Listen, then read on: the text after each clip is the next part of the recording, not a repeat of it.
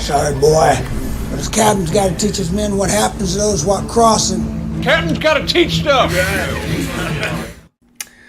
Good morning from the Batcave. It is, I think it's Thursday, October 2, 2025. And for those of you guys who have been praying for me, my back is feeling better. I've got a CT scan, but I'm not feeling any pain. So I'm hoping that I just worked things out.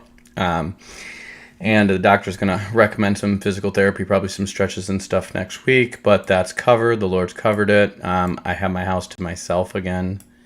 So pray for me for more wisdom and more, discernment about who I let in here, because I've had a couple of baddies in the past month. And thank you for you guys who stepped up to help me close the gap financially while I'm doing that. But I made a new piece of merch. I found the Got Milk font, and hopefully this shirt shrinks down so it looks a little better, but I lost some weight, so it might just be me. But I just decided it says Got Demons on the front and the back. It just has a cross and the word ask, and it's just kind of like, see how many people get triggered if you just walk around with a Got Milk shirt that says Got Demons. So we'll see how that works out. I also wanted to focus on this one, just kind of piggybacking off the Esther stuff. I have been working on a chapter that I intended to put between the Exodus period and the Judges Danite period in my Serpent by the Way book about Zoroastrianism and Hinduism and these religions that people are claiming date back to 1700 BC and anywhere between 1000 and 1500, possibly even 1700 BC, depending on how you ask. I have been doing my digging, and if you guys remember my original Zoroastrian idea that I think he might be the Canaan from the Book of Jubilees, that might be Zoroaster, I now know that to be false.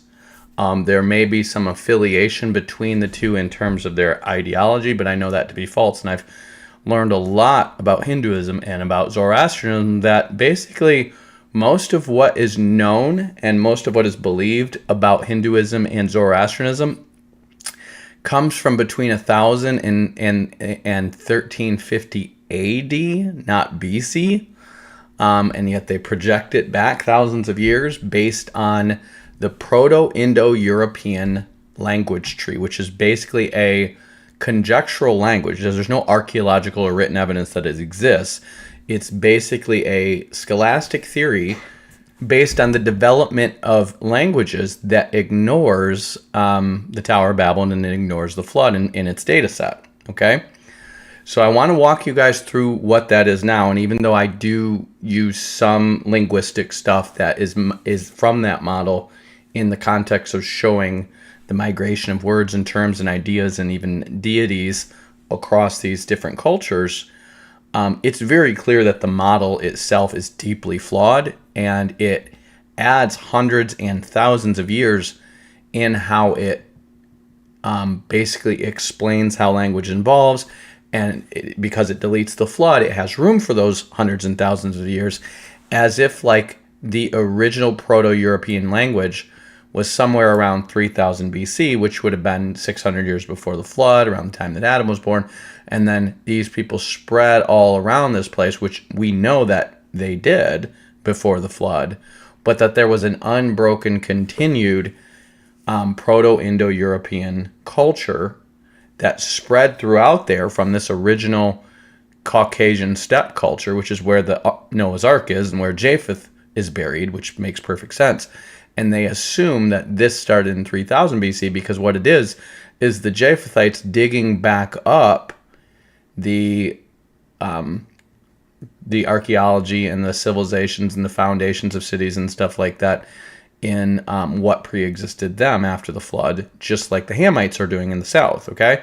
They make the same mistake in the north and the south. They act like there was no flood, and if there, like even, biblical archaeologists who say there's a flood, there's no way anything could have survived from the flood, which is bullcrap, because unless you're in the mountains, and we know from scriptures, from like the book of Job and Proverbs and Psalms, that the mountains in these valleys, there's all kinds of shifts that happened in the global architecture during the flood because the fountains of the deeps were broken up. There's literally like volcanoes of water coming up from the earth. So we know that a lot of these mountains weren't here. So the idea of like a big rushing flood of water that would destroy everything in a civilization didn't happen.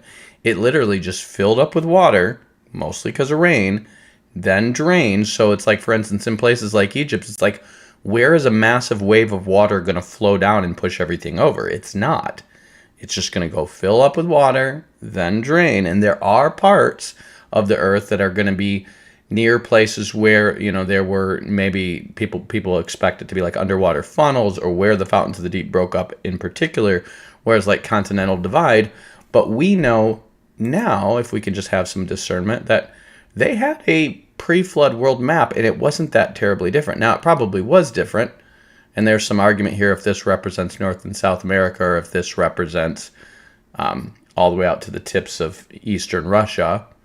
But we see this is an Egyptian map that shows here's Egypt, here's the Nile. It's contorted because they don't have a really clear sense of apparently north, south, east, and west when they're making this map. This is people who are sailing or in little skiffs around the Eurasian continent, and then going back, and they're up and down the Persian Gulf and around Arabia.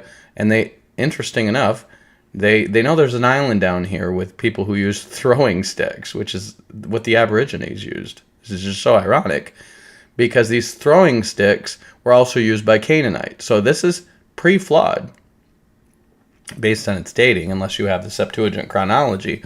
But there were clearly people in different places in the earth. But we also see the higher sea levels in the Mediterranean, and things that made things very different. Here's the Tigris and Euphrates River. Here's the Nile River. Here's the Arabian Peninsula. This would be the continent of Africa. We see Italy over here. We see, that's either Italy or like the Bering Straits, but it looks like that's like the Adriatic Sea. That's the Aegean Sea. This would be what would be considered Cyrene, Libya, Egypt. Up here would be considered the Black Sea, and the Black Sea got a lot bigger after the flood.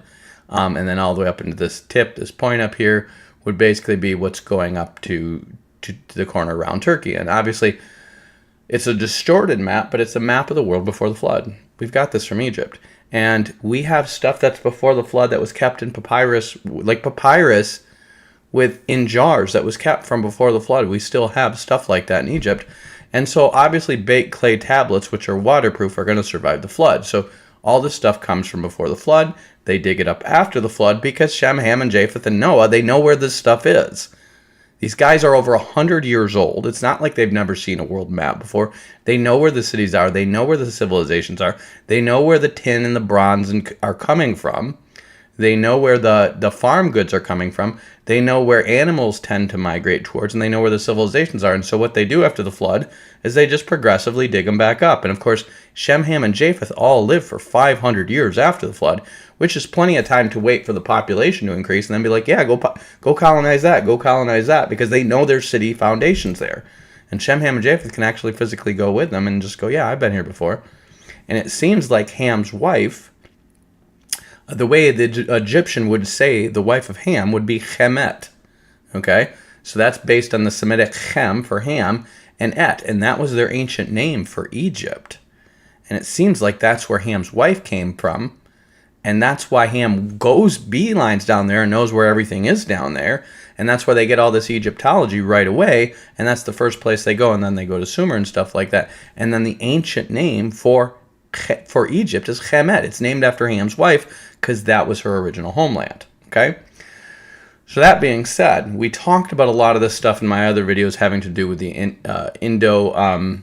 the Indus Valley, the Sumer and Akkad, and Egypt and Canaan. We talked about this. We talked about the Mesoamericans. What we haven't talked about as much is the Japhethites. Well, here's the thing. This 3000 BC is the remnants of a culture that was here in the Caucasus. Remember, over here where you see the Mitanni right here, this is about where the Ark is. This is where the Japhethites start to go because they have horses after the flood. They're the ones who get the horses.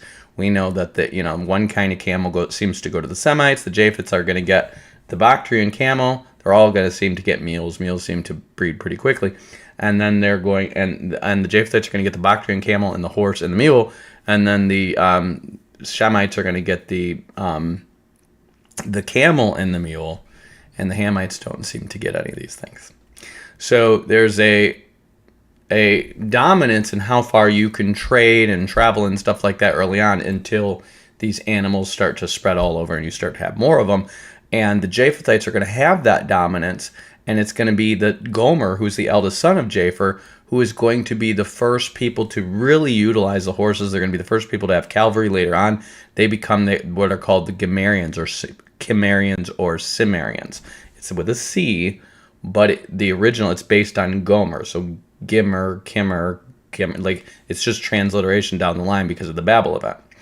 So because they have horses, they're going to be going back and forth between the Black Sea and the Caspian Sea. That seems to be their starting point.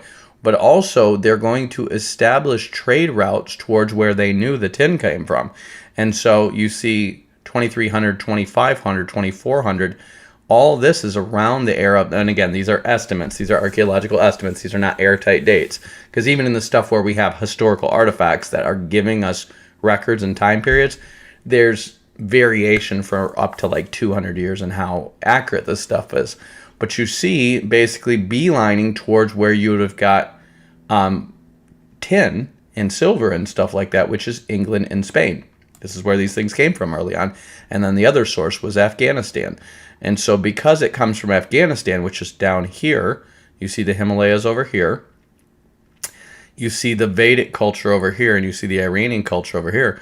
Well, you have this complex called the Bactria Margiana archaeological complex, or the Oxus Valley civilization. That is named after the Amu Darya or Oxus River, depending on which culture you're in. Oxus, I believe, is the modern Russian name, and it flows down from the Himalayas down into, I believe this is the Aral Sea in Russia. Okay, so you see some rivers. This is kind of the land of India was called the land of flowing rivers because it's all these rivers that flow down to Ethiopia, and that seems to reflect India and the whole of Southeast Asia. It was called Maluha, and they would get things. We know they were getting jade, which comes from Southeast Asia, and there's some that you can get from, I think, Afghanistan, but they had jade in Mari, which is basically in Syria. So they're getting this stuff pre-flood and post-flood from over here. They know where precious minerals and metals come from. And if you read in the book of Job, it talks about how men will like dig to the deepest depths of the earth to find, these rocks and stones and metals and stuff like this. So mining and getting to, precious metals and stuff like that was something they were very adept at very early on because Job is pre-Babel. Okay. So you see this Andronovo civilization here. And what this is this is the main horse roving culture.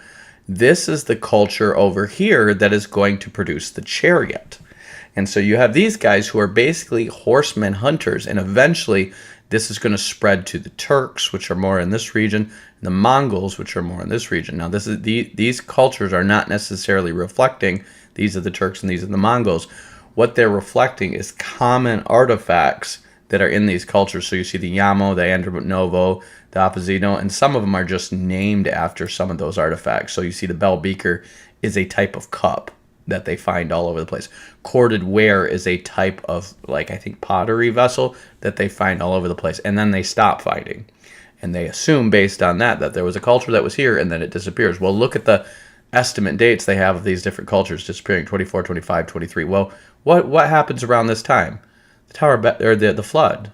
So you have all these cultures where things are common, and they have them after the flood. And then after the flood, people dig up this stuff and probably for a time try to replicate what was common.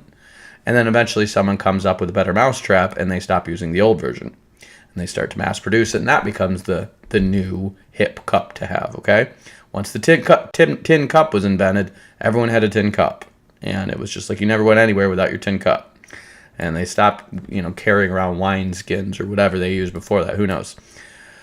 But the point is this is always happening. And then what we had here after the flood from around the time of Noah to the time of the Babel event is that we had Thracians and Greeks coming down here.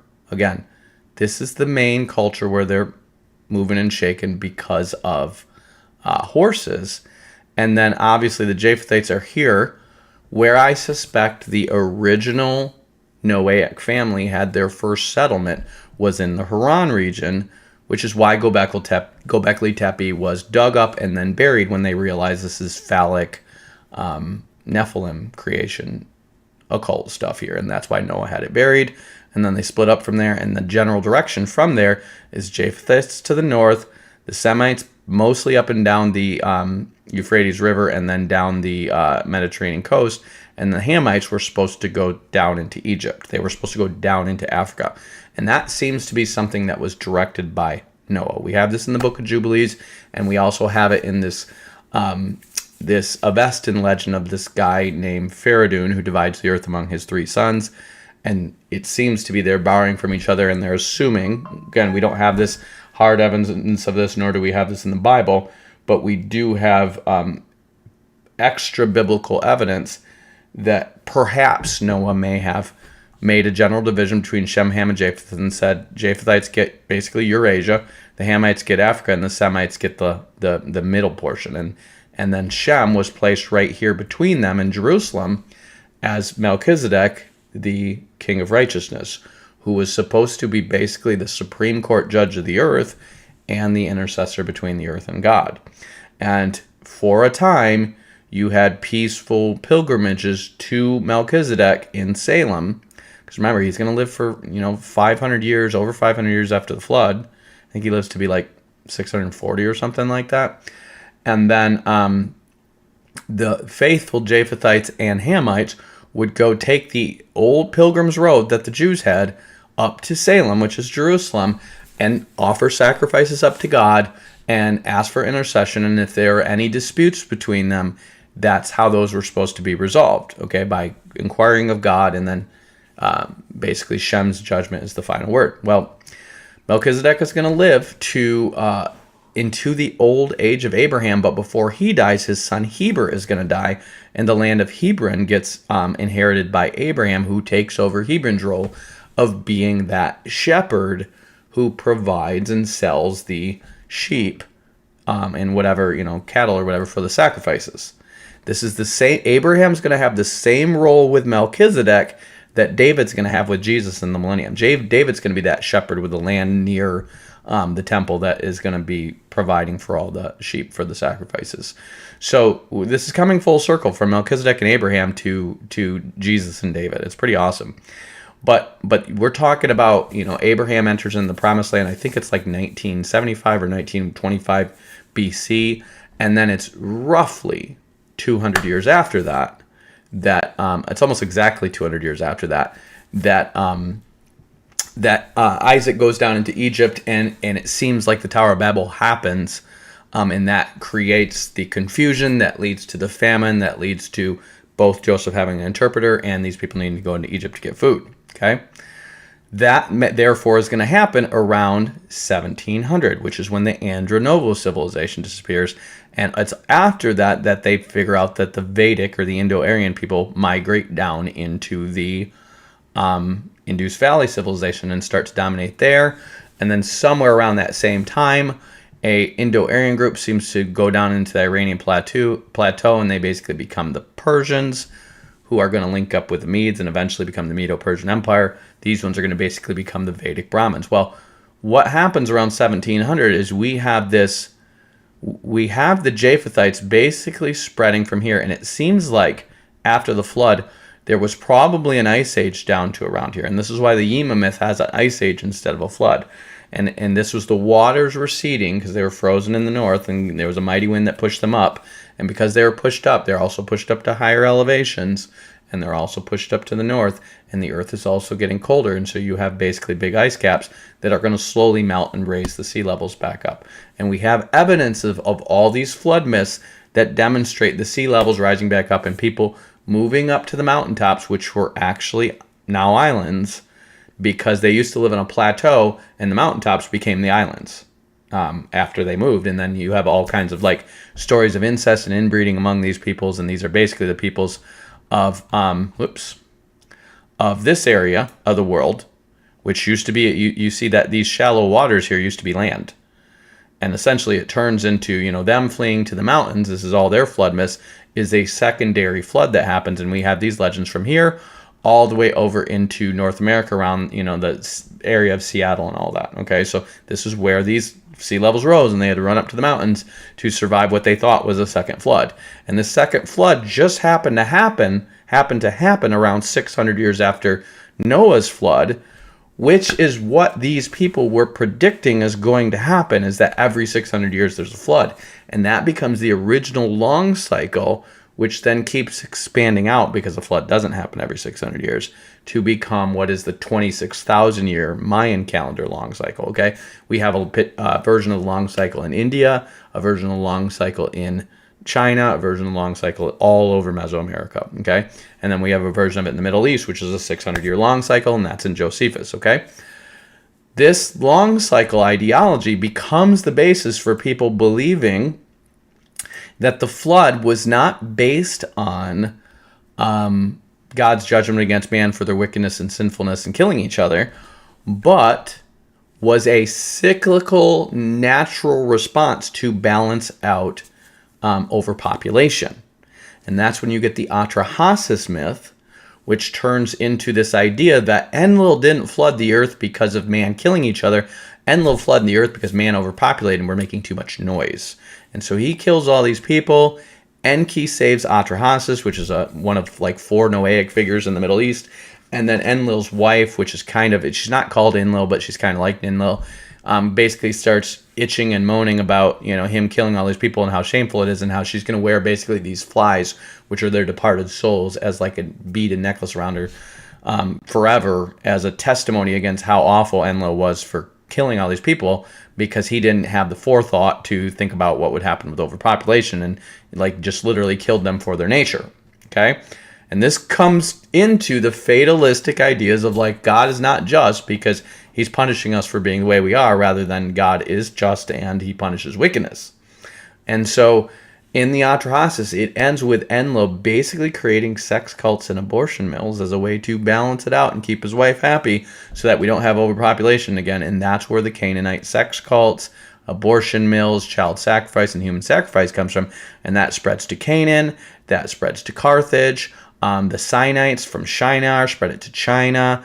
The Zemarites from Sumer spread it to Mesoamerica, and basically everywhere they go, and that Canaanite culture becomes the dominant culture again, human sacrifice prevails. And it prevailed in China for, I think, like 1,000 years. It was like, I think it was like 200 or 300 years before Christ, before the Chinese finally banned it, because there were Chinese that were there before the Shang dynasty got there, and the Shang dynasty were the people that came there after the Babel event and brought human sacrifice with them, because human sacrifice came out of the Atrahasis, which was after the Babel event. It was like 20 years after the Babel event. This is written. Okay, so they're rewriting history. First the flood becomes this thing of overpopulation, but where they're going to pass through, they're down here in Sumer, is that the Sumerians are going to leave after the Babel event, which is around 1700, and they are going to pass through and mingle with this Oxus Valley civilization. And so this Oxus Valley civilization, they already had Canaanites from Shinar there who seem to be mixed among them, and this is why you're going to have in a lot of Persian motifs seemingly more Asiatic features in some of their images, Chinese eyes and yellow skin and stuff like that in their images, because Chinese people migrated through them and then migrated north among the Mongols and then south among the Indians, and it was the Chinese and the Zemarites migrating through them over centuries that created these multitude of various languages down here in Southeast Asia and India, these multitude of people groups, and then it was that flooding that turned it into a whole bunch of isolated people groups who look a lot alike because of incest, because they were isolated into islands, and next thing you know, you have a plethora of new languages, new cultures that eventually kind of come back to become the Southeast Asian, island hopping, fishing, trading cultures and stuff like that, that most of their cultural development seems to be from 1080 and forward. Before that, it seems to be a bunch of, island jungle people who were not that advanced in culture. They weren't building anything that advanced, and most of what we see among them is much, much, much, much later in history, okay? But as these Zemarites and Sinites come through them, we do have some ancient architecture that reflects pyramid building, stuff having to do with The kinds of architecture you would expect from the people who maybe helped build or rebuild the pyramids and helped build or rebuild the ziggurats. And so you see this coming through them, but it's very old and there's not a lot of it and it's not maintained. And you don't really see a lot of that in China, but there are some crazy architectural finds in China that are very old. And then it basically consolidates in Mesoamerica, where you have these very clear pyramids that seem to be a perfect blend of a ziggurat and an Egyptian pyramid. Well, that's because that's where the Zemarites, the Sinaites and the Zemarites were the two Canaanite tribes who were there in the Table of Nations, but not when the Jews got back, because they migrate from here, the wilderness of Zin and Mount Sinai, over here. There used to be a river system through here, and then they're going to become the builders here, and then they're become the two main people groups who love to go around the world being migrant workers and building stuff, which are the Mexicans and the Chinese. It's like people stick to their nature, just like the people who are like very about weapons and outdoorsmanship and crafting become the Mongols and the Germans and the Russians, and surprise, surprise, all the people who become the warmongers. Like, that's because they were the good metal crafters from these cultures, right? And their basic features, the guys who are the nomadic herdsmen who are very religious and stubborn, become the Semitic peoples. Like today, they produce Judaism, Islam, blah, blah, blah, right? And to a limited degree, Zoroastrianism, okay? Well, because these academic models, which are mostly post-1800s, post-evolution, post-old Earth, flood-denying, Babel event-denying ideas, what they're going to do is to say there was no Babel event, and these languages develop slowly over much longer periods of time, kind of like the transition from Anglo-Saxon to Old English to Modern English. And so they're going to be like, well, that happened over 1,000 years. And they're very different languages. You couldn't understand Anglo-Saxon. You could barely understand Old English. King James English, I believe, is Middle English. It's not even Old English, okay? And if you read, the King James has definitely been modernized over the centuries. If you read even the English from like the early colonial period of America, it's very hard to read. If you've ever read an unabridged version of Paul Bunyan's Pilgrim's Progress, which is from the 17th century, it's very hard to read. I've read it and it's hard. You can get it, but there's a lot of language in there that is like, we just don't talk like that anymore. And so what they're doing, these are philologists and linguists who are in Germany, this is in their phase where they're denying the Bible and criticizing all the texts. They're English, they're Scottish, where atheism is blooming, or they're French and Jesuits, which are they're into studying these ancient cultures for the purposes of missionary work and also for the purpose of competing with each other in these things. But the Catholic theologians are getting increasingly liberal as well. And so as they're getting liberal, they're adopting these ideas like evolution and old Earth and denying the Tower of Babel event, denying the literal parting of the Red Sea and stuff like that. And what they do is they have this archaeological evidence of the Hindu civilization being very old.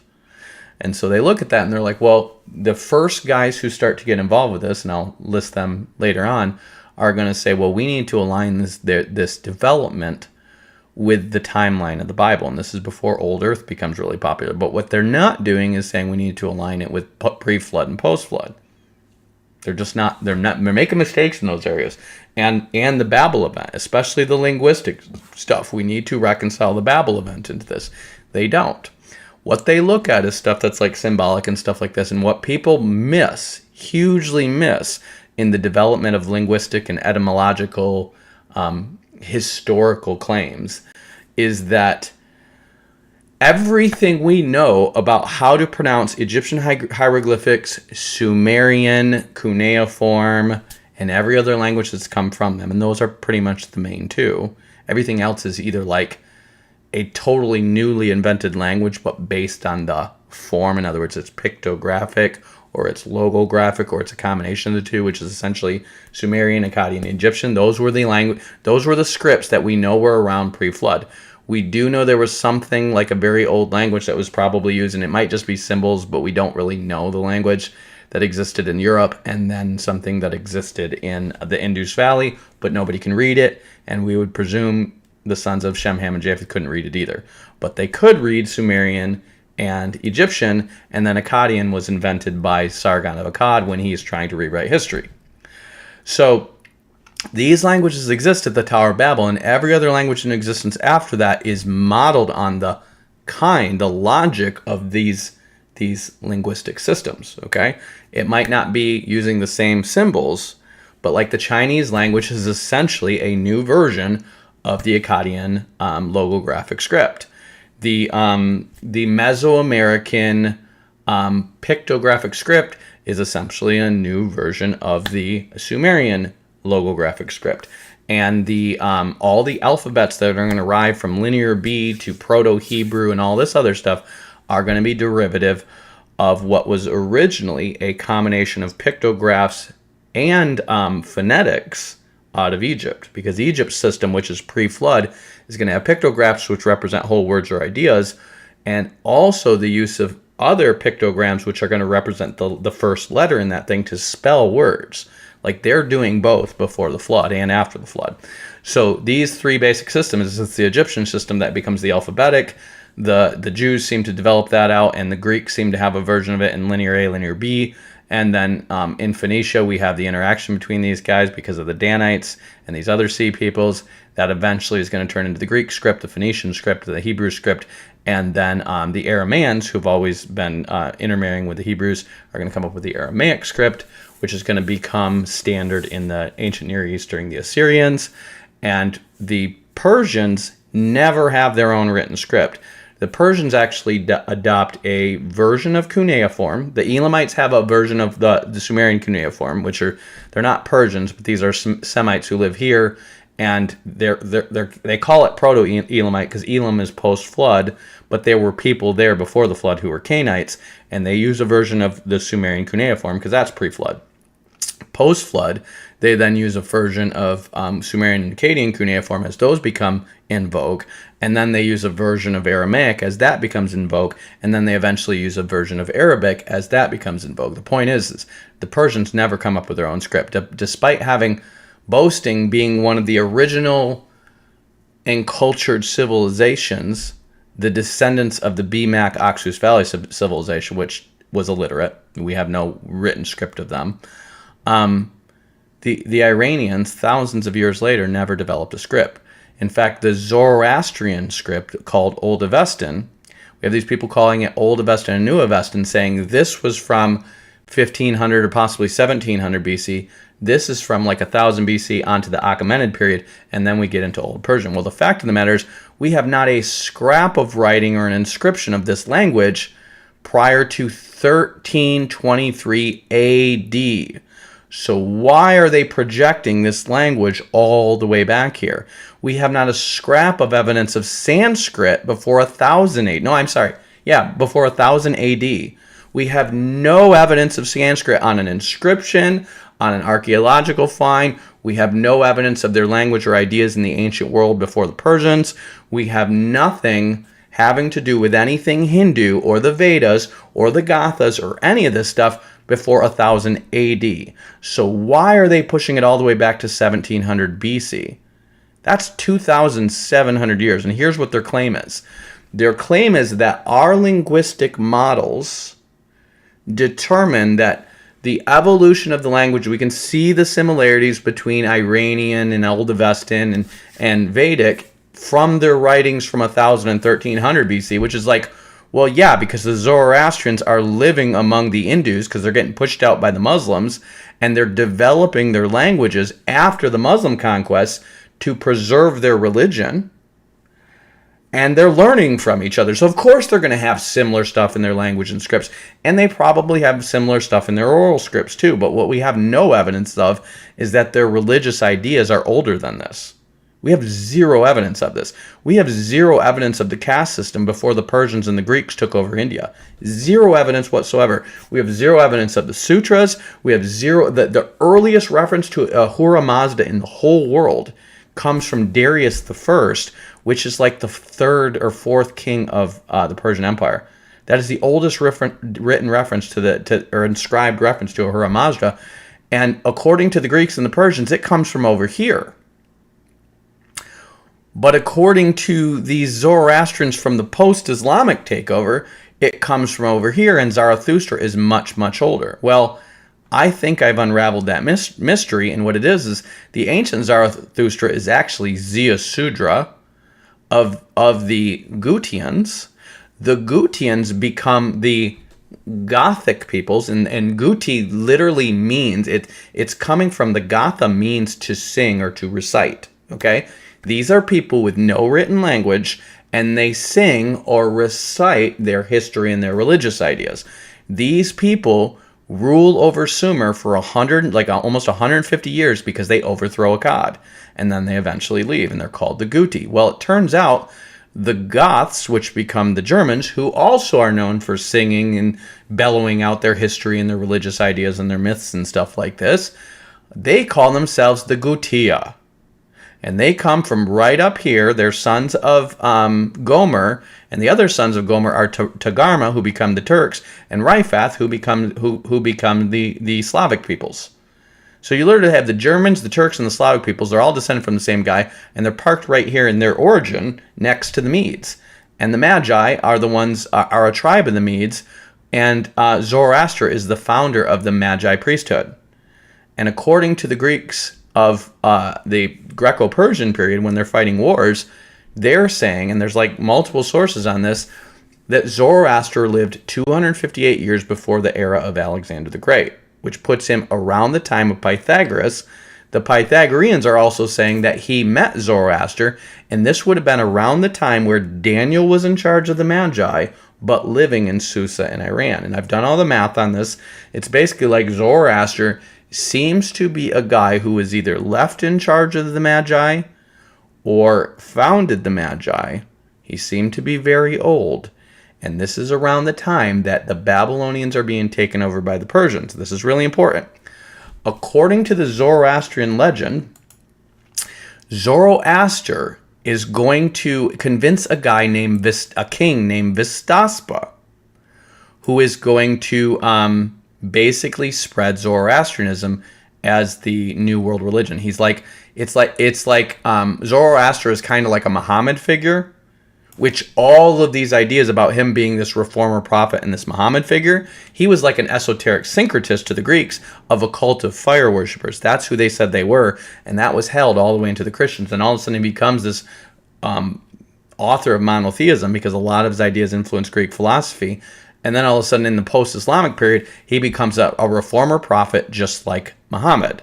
Not only that, but the Zoroastrians start developing this idea that we have no evidence of before then, that there were supposed to be three of them. And this is why you keep having emerging in Iran the idea of the last great prophet. So you have Baha'u'llah was one of them. You had a guy who was around during the days of John Alexander Dowie, who was claiming to be the next Messiah or whatever. You have all the way back to Mania, the Manichaeans. You have guys like that. And the idea of this third great prophet seems to have been established as a way, because Christianity's been around for a while, and the idea of Messiah is in Daniel, who once ruled over the Magi. And we know the Magi came and found Jesus, so we knew they knew all about the Messiah for centuries. And then Muhammad comes around, and they're being dominated and pushed out by the Mohammedans, and basically creating the Avestan script as a way to preserve their language and their culture and history and religion around 1000 or 1300 BC. Like, they say they invented the language around 500 BC, but we don't have any evidence of that. We don't have any inscriptions. We don't have any written records. The oldest extant manuscript we have is from 1400s, and the idea that, you know, the oldest extant manuscript is 800 years before the language or after the language is written is absurd.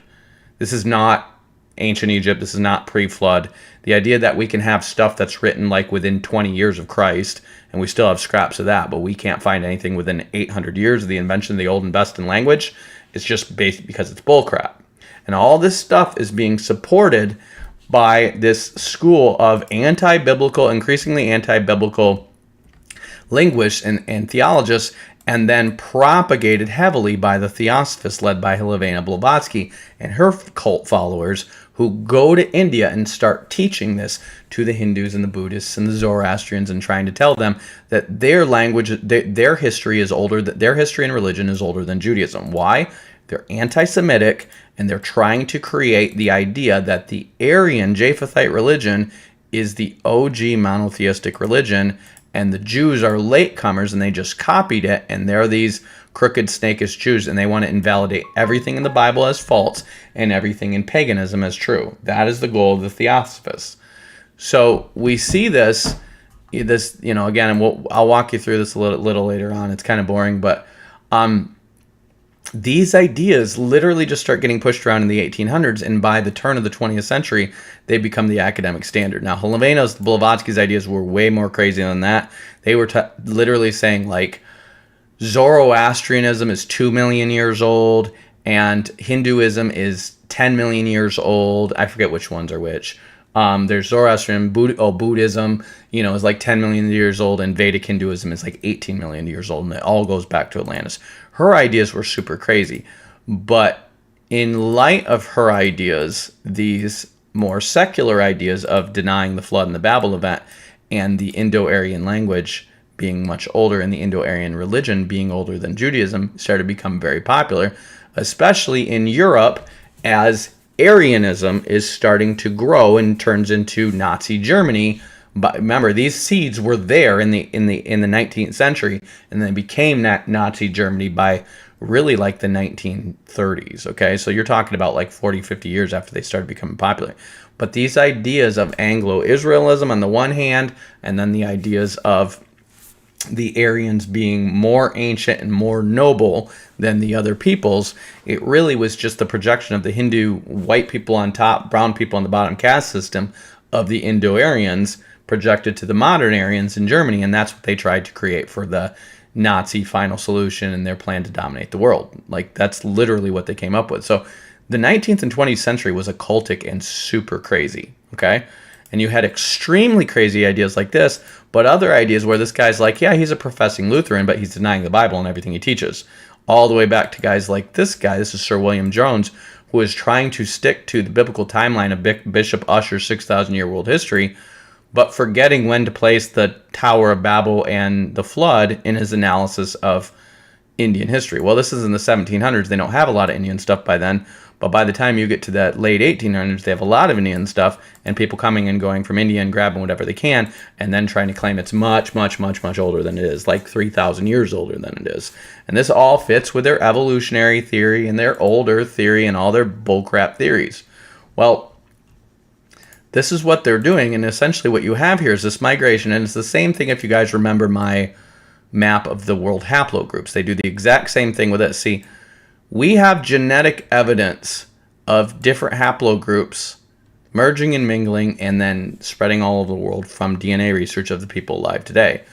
The absurdity, though, is to think that there's tens of thousands or hundreds of thousands of years between these people. As if, like, these people have mixed and mingled all over the world, and yet their distinctiveness and their geographical territory, you believe, was effectively kept in place for 10, 20, 60,000 years at a time, when, like, look at the 20th century, how much people move and mix and mingle. I mean, in America, we have every possible person from every possible race, religion, color, creed, and genetic mixture on the earth, not only meeting, but making babies. And you think, like, people who were related to the ancient Germans came down here into Chad and remained isolated? Remember, over here they're producing like lily white people, and over here they're producing lily white people. And I promise you, these people in Chad are not lily white, but they've got genetic markers that say they're related to these guys that stayed there for tens of thousands of years. Are you kidding me? Don't we know that there's like French people took this over, and then like there were Visigoths, they were pushed down here in the south, and maybe this happened much, much later? And that's what they do, is they make all this stuff much, much older, when in reality you can sit here and go, here's all the people who were around Sumer and Akkad, makes a lot of sense, there's a lot of mixture there. Here's all the people that were in the Oxus Valley civilization, makes a lot of sense. It's the people who become the Turks, the Mongols, eventually some of them become the Chinese, some of them become moving from there and become the Germanic and Slavic peoples. It's just like really obvious. It's like they were all once here in the Oxford civilization, and they were all once here around Ararat where the Ark was. That's where the Japhethites were. Those were their main points. And then next to that, their points were, where the Greeks are. And surprise, the Danites mixed among the Greeks. So you have Semitic peoples. Lydians are Semitic.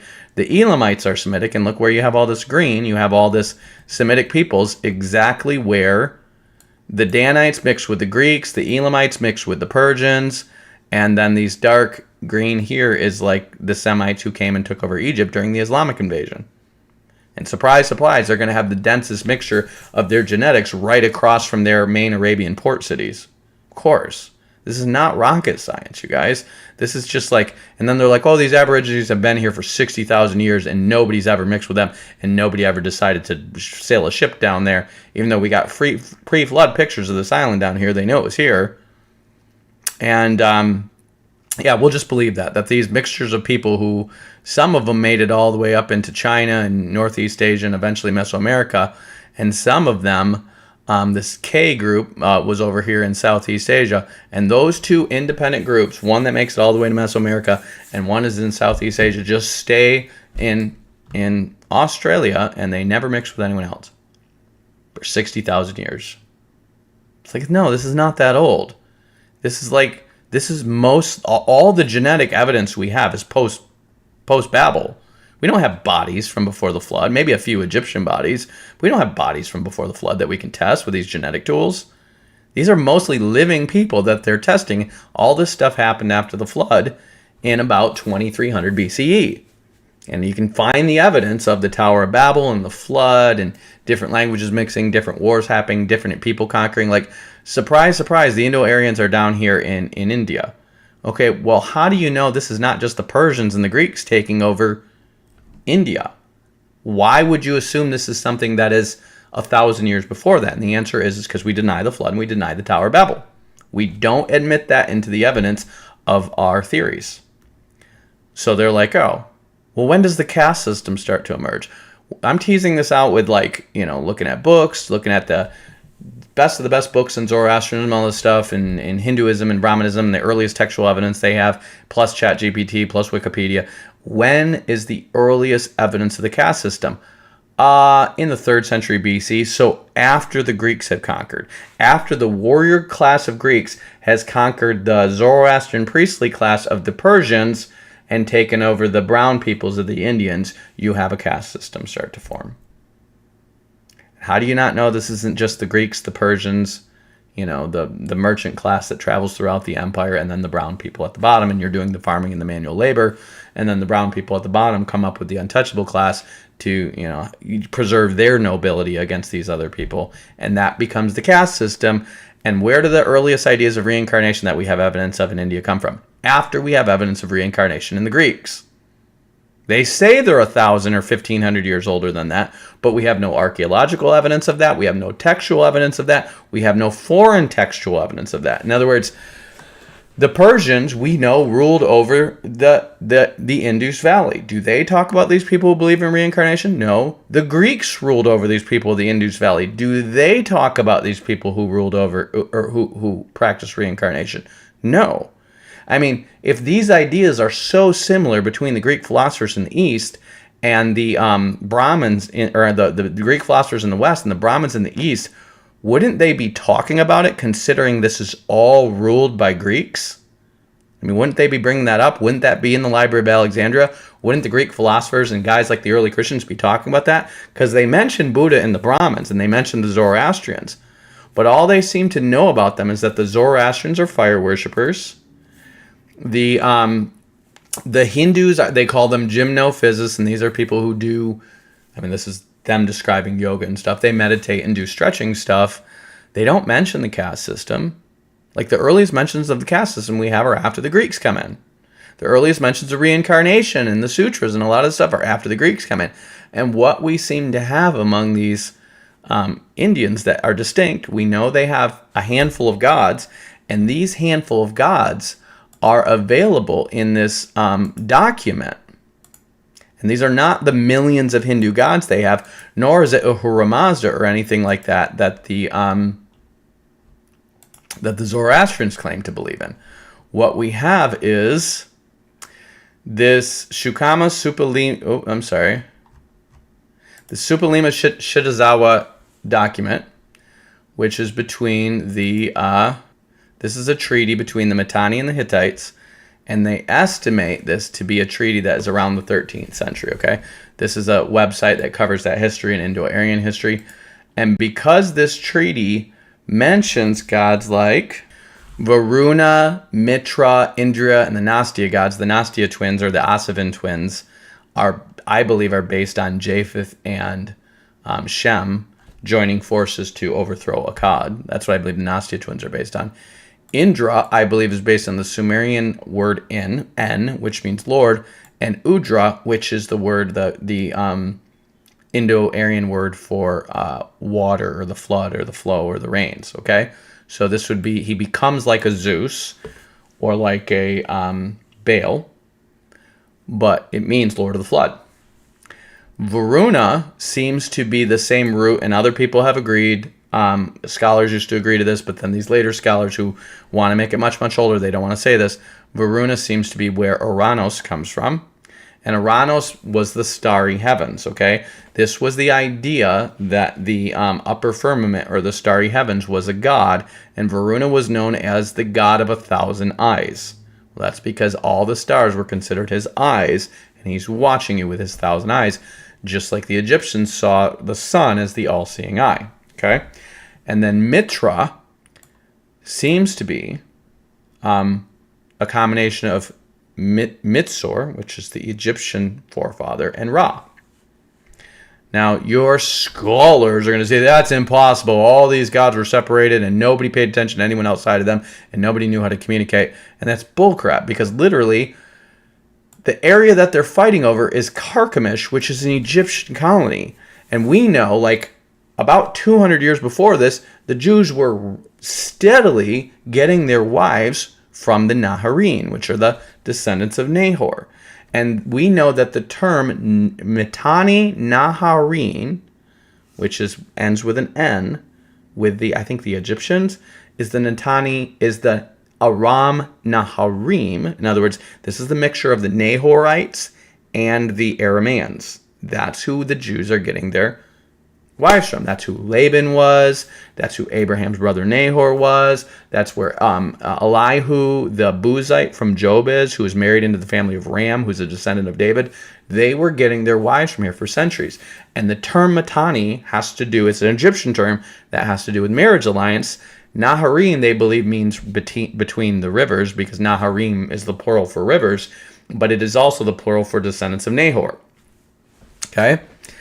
And it just so happens, the reason they're constantly, you guys might have heard this, Egyptians and Hebrews mix up the N and M at the end of the words. Well, the reason is because the Proto-Hebrew for M and the Egyptian hieroglyphic for the letter N look almost exactly alike. And so you're going to find this. Remember, you have Egyptians and Hebrews living next to each other for something like 230 years, okay? And for half of that time, they're partners. And then after that, you're going to have the Proto-Hebrew script develop as a variation of Egyptian hieroglyphic phonetics to the the Proto-Hebrew alphabet, and then eventually they're going to exchange it for the Aramaic alphabet, okay? And so they always get these N's and M's mixed up. So this is why I said, remember, in an old video, how I thought Zoroaster might be Canaan. He is called Canem with an M in the Book of Jubilees, because he's based on the Egyptian god Khnum, which is not Zoroaster, it turns out. But that's what they would have called the Canaan, because they mix up N's and M's from before the flood, and also the Canaan after the flood. And so the Egyptian god Khnum seems to be based on Canaan. I think he's the son or grandson of Seth before the flood, and Set is based on Seth. So Set and Khnum are Set and Canaan. Okay? And then because Canaan becomes famous after the flood, because he is basically the main occultist, while Ham is the archaeologist who knows how to read the stuff, Cain becomes the main occultist, and the wise man, the wizard, and his descendants basically bring quote-unquote culture to the world, which ends up turning into human sacrifice in the occult and astrology, herbal medicine, but also aphrodisiacs, also drugs that seduce people into entranced states so they can interact with demons. And they spread this everywhere they go, from Egypt to Sumer. They spread it to the Oxus civilization. That becomes the Soma cults. They spread that into Mesoamerica and South America, and that becomes the intoxicating stuff they drink. And they're going to use intoxicants wherever they are, whether it's opium, cocaine, alcohol, whatever it is, to induce intoxicated states to get these demonic trances that they believe are an alternative to prophecy. They basically are the inventors of sorcery. That is sorcery, okay? Sorcery is a counterfeit to prophecy. And Balaam, the prophet who prophesies the coming of the Lord, uses sorcery, and he says he's going to repent of doing that after he has his experience, okay? So sorcery and prophecy are basically the witchcraft version of the spiritual gift. Comes from the Canaanites, okay? Canaan is Canem. The M and the N is mixed up, and you're going to find this, and you're going to be able to interpret all kinds of stuff. Also, the Egyptians in their older stuff seem to add an N at the end of masculine names in the same way that you're going to have Greeks add an S at the end of masculine names, and people in, I believe it's Sumer or Akkad, one of the two, who add a U at the end of names for these masculine names, okay? This is important because they call Noah Nu or Nun. The Akkadians and the Syrians, which are Semitic peoples, call him Anu. So Nu and Anu. It's really obvious it's the same person. He's the Lord of the primordial flood, and Anu is basically their sky god. And it's the version of this merging of the flood and the sky god that turns into Indra and Zeus. In the Sumerian area, they call him Ziusudra. Ziusudra is a combination of the Indo-European word for the heavens, or just God, and Udra, which is the flood. And people are like, that's impossible that the Sumerians would have a thing that's a combination of Japhethite words, and except, like, no, we tease this out and we find out we don't have any evidence of Ziusudra existing among the Sumerians until after the centuries where the Gutians overthrew them. And the Gutians are just the ancient Goths. They're the Germans. So the Germans came out of the Zagros Mountains from the east, from the Oxus Valley, and surprised, the Germans are some of the most aggressive warrior people in the world, that they sent the most aggressive warrior people in the world, who are also the cousins to the Medes, and they're also one of the sons of Gomer, who has the horses. And these guys, they're not Goths or Gutians or Gothic. This is not their national name. It's an epithet for them because they're known for singing and reciting their history.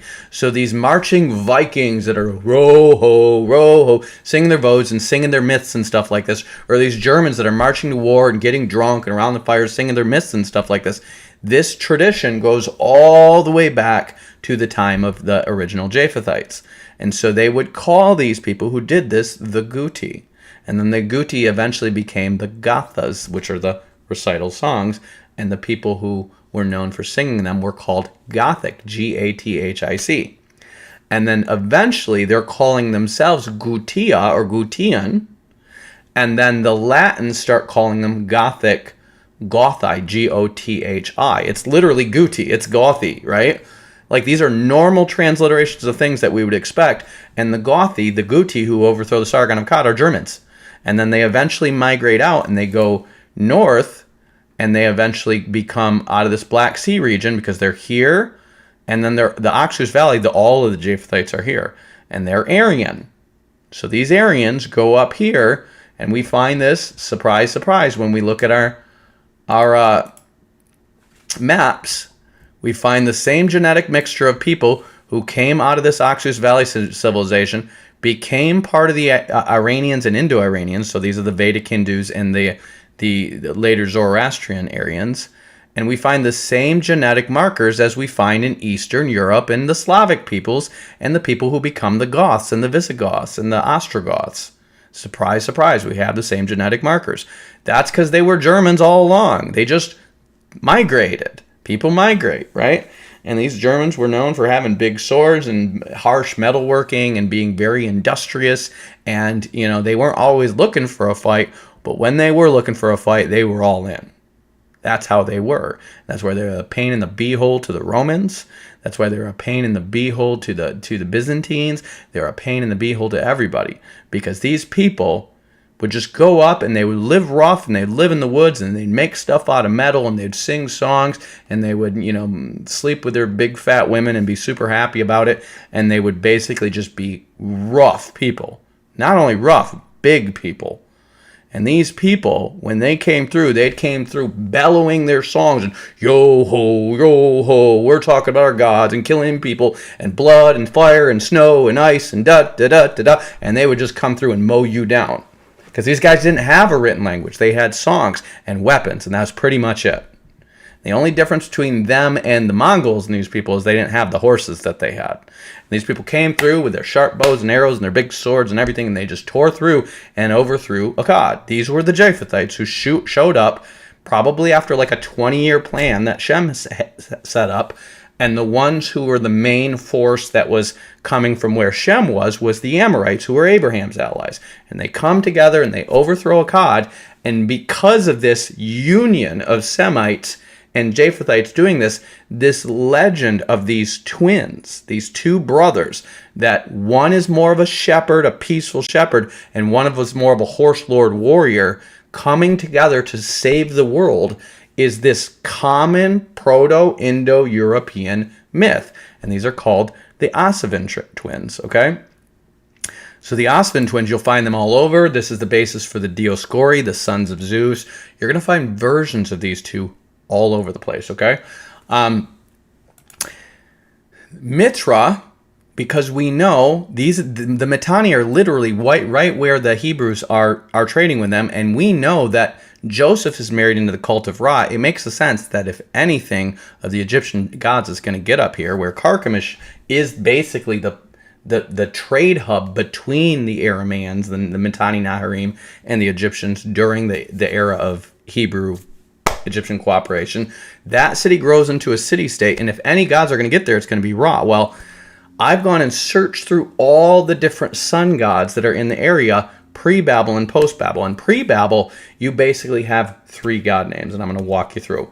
You have Utu, which is basically remember, the how to pronounce this stuff is all post-Babel, so we don't know if they pronounce it the same pre-Babel. But he's called Utu, and he's with a dingir, which is the god symbol, plus the symbol for Utu, okay, the syllable for Utu. So we have Utu, which is basically the generic, and it seems to be original human word for the sun. So Dingir Utu would be god of the sun. And it was understanding that he's not the sun, he's the god who pushes the sun across the sky and come down in the cool of the evening all glowing. And he knows if you've been bad or good, so be good for goodness sake. And so the Egyptians, who put an N at the end of masculine names, call him Aten. Utu Aten, okay? Just remember, the pronunciations and the specifics of their linguistic differences come from after the flood. All they have is a picture that they say, that's Aten, and they say that's Utu, okay? They're pictures, they're not letters, okay? These are not phonetics, okay? And so Utu and Aten seem to be the same guy, and then he eventually becomes Ra when the Egyptians get a new word for sun, okay? And then later on, you're going to have the cult of Aten-Ra, and they're going to explain how they're different, but they're aspects of each other, and this is just BS that people come up with to make sense of the things after the fact. The only other name we have for a sun god is Shemesh or Shamash. And if you break down Shemesh or Shamash, you get the word Shem or Sham, which in Akkadian, Assyrian, or Hebrew means the name or name. And Esh, which in Assyrian, Akkadian, or Hebrew means he is, or he who is, okay? The name of he who is, okay? Now we fast forward that into modern Judaism. And what do they call God? Hashem, the name, and Yahweh, which we've now come to learn means he who is. So Hashem and Yahweh is Shamash. But Shamash becomes their generic word for the sun. And Jesus is called the Son of Righteousness because the original Semitic name is the name of he who is. They didn't know his name because he wasn't known by Yahweh. But he becomes the name of he who is, and he's now Jesus. That's what we call him, okay? So the names for this sun god, the one who pushes the sun across the sky or is associated with the sun in the sky, watching you during the daytime and knowing your sins at the nighttime and coming down to visit you all glowing, is known by two names: the name for the sun and the linguistic words that mean the name of he who is. Okay? It's the same God. So we would expect after the Babel event to find versions of all three: Ra, Utu, and or Aten, Utu, Ra, and Shamash. Okay, and we do for all but Ra. We find in this region, because I started looking at all the different versions of the sun gods that were around: the Hittites, the Aramaeans, the Ugaritic peoples, the Amorites, the Akkadians, all of them that were there after the flood. And what I found is there's a version of Shamash that's pronounced differently. It's Shimagi. So Shamaji becomes Shamash's Shimagi, okay? There's a version of Utu, which is, I forget if I saved this page. Oh, Tiwaz. And Tiwaz is based on Utu. This is after the Tower of Babel. And these are people that are a mixture of people of Lud or Lydians and Japhethites and Hittites, okay? And they're very mixed up. Those are Shemites, Samites, and Hamites and Japhethites all mixing up into a single culture with a single language. And somehow Utu becomes Tiwaz. And they think that Tiwaz might be based on the word for the root word for deity, because di means to shine or glow. And so deity means like shining ones or radiant ones or glowing ones. And that becomes their word for gods, deities, okay? And Deus, deities, are all related words. And Tiwaz seems to be an early Japhethite version of this. But there seems to be something, the way they spell it is the Dingir and Utu. They pronounce it Tiwaz, so it seems to be the same kind of word as Zeus, Deus, Dius, and this Luwian, this mixture of, there's a lot of W's in the Hittite pronunciation of things for some reason. And the Luwian language has these are people Lydian, and yet they pronounce it Luwian. For whatever reason, the Hittites could not pronounce hard vowels in the middle of words and just have a lot of W's in the middle of the words, okay? So Tiwaz is the name for Dius, or Zeus, or Theus, or Dios, okay? Tiwaz. They have a lot of W's in the middle. But the actual symbols for it, because they're using Akkadian cuneiform, is Dingir Utu. It's the exact same word for Utu, or the sun god, okay? The person Shimji, which is, let's see if I think I have him too, is pronounced totally different, and this is held by the Hurrians. These are the people of Ur who went up with Abraham and his family when they left Ur of the Chaldees and went up to live near what is the name? Haran. The Urian, the people of Ur who are with them, either because they're also refugees or servants of them, become the Hurrian people, and they carry with them gods of Ur like Inanna, Enlil, and Utu. But because they're mixed with these Semitic people who are known to calling them Shamash, they call him Shemiji. Shemiji is their version of Shamash. And what their symbol for him is surprise, surprise, Dingir Utu, the exact same symbol. They're all saying it's Utu, okay? And that what these people are saying, well, it is possible that the syllabic spelling of Shemiji's name could be used to designate other solar deities in the Hurrian documents in a similar manner. It has been argued that in the Mitanni letter it refers to the Egyptian Ra. No, it doesn't. They have a version of Shamash and a version of Utu. We know this, okay? They're different words because of the Tower of Babel, but they're the exact same symbols because people understood it's the same God, okay? The name of he who is Shamash or Shimiji, and the shining ones, this is what Deus means, the shining ones or deity, is Utu, the shining Lord who comes down in the cool of the evening after the sun sets. That's why he's associated with the sun, okay? So we have these versions of God who are based around Yahweh and based around his activities from the pre-flood era. And then all of a sudden, all of these different storm gods pop up because he appeared to Job in the whirlwind right before the flood. And like when they get into this document, which is the Suma Lima Hittite document, And they get into all these deities. They also talk about all these. See, we've got Ishtar here. We've got the evening star. I don't know who that is. We got Belet Akali, which is based on Baal. We've got Ishara, which is just the Amorite version of Ishtar, which is Asherah. It translates to Asherah later on. And then we've got the storm god. So we have Indra, who's a storm god, but they have a whole bunch of different storm gods they mention. And the reason is because when Yahweh appeared to Job in a storm, this is going to be probably within 10, 20 years of the Tower of Babel, Job's going to go on living as a king for over between 100 and 150 years. So he's around spreading that story in Edom. They have a guy who's a king named Hadad, and another guy with Baal in his name. And a surprise, the storm god becomes Baal Hadad. And then they have a Hadad that was in the ancient records of Mari, so they adopt Baal Hadad as the son of Dagon, which was their last big pre-flood king. And then they have all these other gods who appear. Well, the reason is because Elihu the Buzite, who is the guy who's right there talking to Job when the Lord appears in the whirlwind, he said he is a Buzite who's going to be a descendant of the Naharine, so that's where the Mitanni are, and he's married into the family of Ram. He says he's a kindred of the family of Ram. So he seems to be basically like a brother to Ram's wife. That's who seems to be. So this is a guy who's young right before the Jews are going to Egypt, right before Joseph is getting into slavery, but eventually grows up to marry into this family because they're going back and trading wives from here. Eliphaz the Temanite he's in Edom, and his son becomes the next king of Edom after Job. So he's spreading around.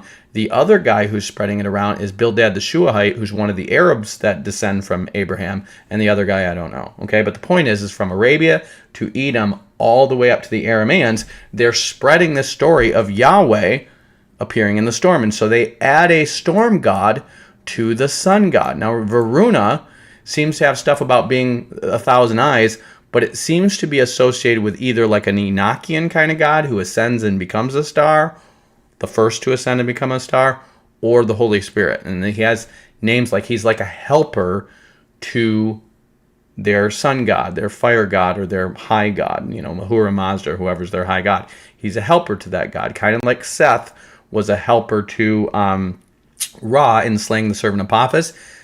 He's known as a restrainer and somebody who helps in controlling the God's purpose in the earth and making sure they happen. So he's almost exactly like Michael the Archangel, which may be he's the chief of the angelic host, and he is Michael the Archangel. That's who it's based on. But his name is Varuna, and it basically becomes to the Greeks Uranos, who ends up being the father of Zeus. Okay, remember, Zeus is Indra, and Varuna is Uranos. This is the Greek version of these Indian gods. So who's Mitra? Simple. It's the same god as Apollos. He's the sun god, okay? And what you would have is if this was transmitted by a Hebrew and they wanted to say the Egyptian Ra, the Egyptian, they would say Mitri, and Ra would be Ra. So if they were to say the Egyptian Ra, they wouldn't say Mitri Ra. The Jews would combine the two words and remove the vowel in between. That's all how Hebrew words are constructed. They would remove it, and Mitri Ra, the Egyptian Ra, would be Mithra. And 200 years before this Mithra appears in this document, Mitra, it's Mitzri. Their word is a TZ, it's a Zade, so Mitzri, okay? Mitzri, he's known to the Hittites, I believe, as Mysore. He's known to the Assyrians as Mysore. I think it might be Mitzri or something like that. It's something similar to the Hittites. But this would literally be what a Hebrew would call to an Aramaean. If you're describing Ra, you would say Mitz-Ra. Now, they wouldn't even say Mitzri Ra. You would say Mitz-Ra, the Egyptian Ra. That would be a shorthand for the Egyptian Ra if you wanted to make a conjunction, a combined word. Mitzri Ra is shorthand for the Egyptian Ra. Okay? Surprise, surprise, 200 years after the Jews are intermarrying with these guys, and Ra is not mentioned anywhere in here, even though the Hittites are at war with the Egyptians, and the Mitanni are on and off frenemies with the Egyptians, and Carchemish is an Egyptian city-state that's right near their territory. Nobody's mentioned the Egyptians. Despite this being in the area where the Egyptians are trying to maintain control of their allies right in this region, because the Jews are kicking butt and taking names all over Canaan, and they're sending letters, the Amonra letters are going on, but nobody mentions any Egyptian gods, nobody mentions Ra, except you have Mithra. It's the Egyptian Ra. It's just a Hebrew transliteration of the Egyptian Ra that they have passed on to their people. So you have, there's your sun god. Remember, in this document, you don't have Utu or Shamash here. So where's your sun god? That's the Egyptian Ra. That's either an Enochian god or a version of the Holy Spirit. That's the storm god. And then the Nazi gods are based on Shem, Ham, and Japheth. And these seem to be the original gods of the Indo-Aryans by the 14th century BC. We don't have any evidence of all these other millions of gods of the Hindus. We don't. And here's why.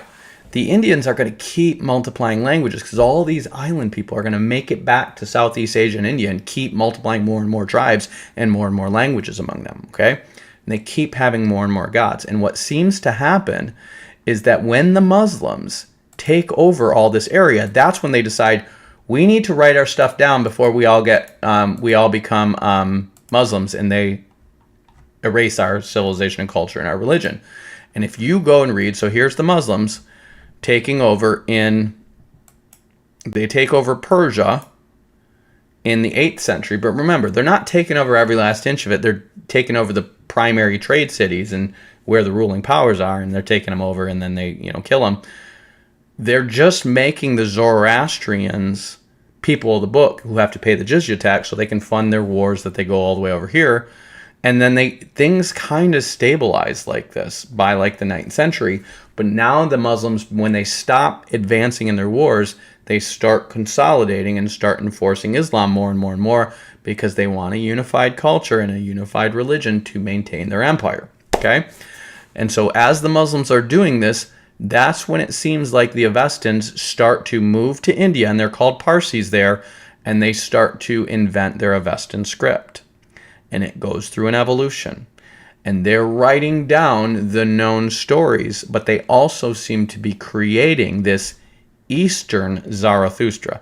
Zoroaster here is not this person, but what you have in the Greeks, you have a Zoroaster who's 258 years before Alexander the Great's rule, and then another Zarathustra that they say is 6,000 years before Plato.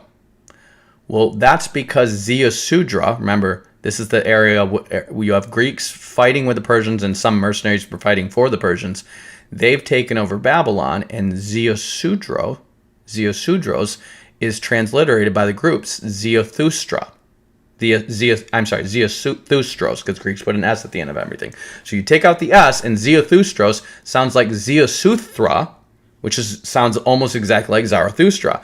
And so they think there's a much more ancient Zarathustra, which is based on Ziusudros. Okay?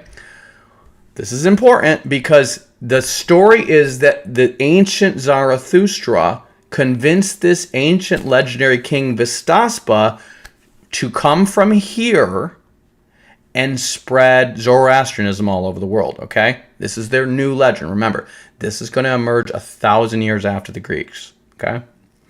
I'm sorry, 1,600 years after the Greeks. That's how much after it's going to emerge.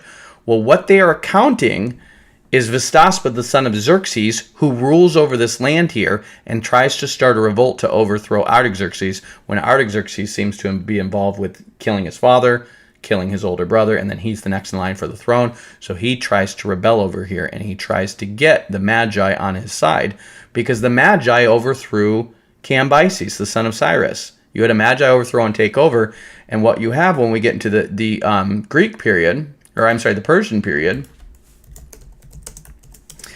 is that the Zoroastrians, who all we know about them is they're fire worshippers and they're against animal sacrifice. This is why the Hindus and the Zoroastrians don't touch the bull. They're against animal sacrifice, particularly the bull sacrifice, because they worship the bull of heaven as part of their deity, and they believe all animals are descended from the bull of heaven, all plants are descended from the slain body of the bull of heaven, and all mankind is descended from the skin-clad guy named Geomart, which means mortal man, who's basically Adam.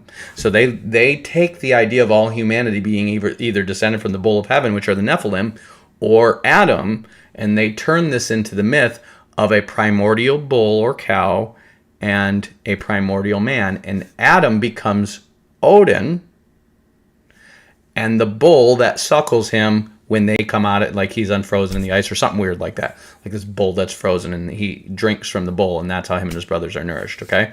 So you have a version of Odin and his three brothers that seem to be based on Adam. Odin is Adam. And then they kill the Ymir, the frost giant, which is based on the Yima myth and the whole Ice Age. And so there's an Ice Age from them killing Ymir, the frost giant. Like his blood flows and it floods the earth from an Ice Age. So basically when they kill the frost giant, the Ice Age ends and it turns into a flood. And that becomes the modern myth of how all the flood legends are based on a melting Ice Age. Because you have this among the Germans, which are the Guti, who come from the Oxus civilization. You have this in the Ymir myth, which comes from the Oxus civilization. And you have it one other place in the earth, which is in the southern tip of South America, and a tribe called the Yamana or something like that. So you have Yima in all these. And they're the people who are closest to Antarctica. So it's the people closest to Antarctica, it's the people closest to Antarctica, and the people at the Oxus civilization where once this Ice Age was at its southernmost part, and they think there was an Ice Age instead of a flood. So Darius I is the first and only person we know for hundreds of years to ever inscribe Ahura Mazda's name. And he does it in this land named Behustan. And Behustan is where this place named Rajis is. And Rajis was the traditional home of Zoroaster. Okay? Again, the Zoroastrians 1,600 years later are going to say he's from eastern Iran. They're like, no, he's from the Zagros Mountains. This is the only ancient reference we have to Ahura Mazda. And this is where the Magi come from. This is Mede territory. And what we have here is Darius the Great, who, after the Magi, here's what happens. Cambyses goes to Egypt, and he either kills their bull in, like, trying to stop their bull celebration, because they have, like, a bull sacrifice cult in Egypt, or he takes part in the bull sacrifice cult, and the story is he goes insane after that, okay? After that, I think him and his son get killed by a Magi who tries to take the throne. And then Darius the Great takes the throne back from him. But he needs the help of the Magi because they're basically the priesthood of the Medes. And these guys basically are consolidating the rule of the Persians over the Medo-Persian Empire. Okay? So Darius, guess what his father's name is? His father's name is Hystopses. And Hystopses translates to, wait for it, Vistaspa. Hystopses is the Greek version of the name. The real version of the name is Vistaspa. So Darius the Mede, the first person to inscribe Ahura Mazda's name and give homage to them among the Zoroastrians in the Zagros Mountain, among the Magi, his father's name is Vistaspa. Who is Vistaspa? Well, this is the Achaemenid dynasty, okay? Achaemenes is where the Achaemenid dynasty comes from. His son's name is Thespes. Cyrus I is his grandson. He has another line, and Hystopses or Vistaspa is in that line. Cyrus was known to give homage to Marduk. Cambyses was known to take part in the Egyptian sacrifices and go crazy. And then after that, he gets killed, and his son gets killed by a Magi. And after that, the son of Hystopses or Vistaspa, Darius, pays homage to Ahura Mazda. Surprise, surprise. That's where your legend of Zoroaster convincing Hystaspes to spread Zoroastrianism come from. And this seems to be where Zoroastrianism, or the religion of the Magi, becomes the state religion of the Persians. It wasn't always, okay? It became understood by the Persians that you need the Magi to hold this kingdom together. These are not religious folk, okay? These are folk just like all the other kings that would take over the Middle East, and they would pay homage to other people's gods to essentially appease their local priesthood or their local culture, their local population, in the belief that we are ordained to rule by they call it the tablets of destiny, or the way of heaven to the Chinese. We're the ones destined to rule, and we're paying homage to your God because your God is one of the ones who agrees that we're supposed to rule, okay? And that would always appease the people in the Middle East. But the Magi, who have now been in Babylon and now in the Medes, want the Magian religion, or Zoroastrianism, to take over the whole thing and be the one religion. And so it's at that point where Hystopses or Vistaspa basically agrees with the Magi and seems to make a deal to overthrow this Bardia, who's a Magi, and put his son Darius on the throne, who is going to give public recognition to Ahura Mazda. And this is the first ever reference to Ahura Mazda we find in any inscription. And this is going to be around the 4th century BC, okay? We don't find another inscription to Ahura Mazda for centuries and centuries and centuries after that. It's like 800 years. Okay? So the idea that the Zoroastrian religion was always the religion of the people, and he's able to ascribe it in this Behustan province, which is where the Zoroaster is said to be from, is absurd.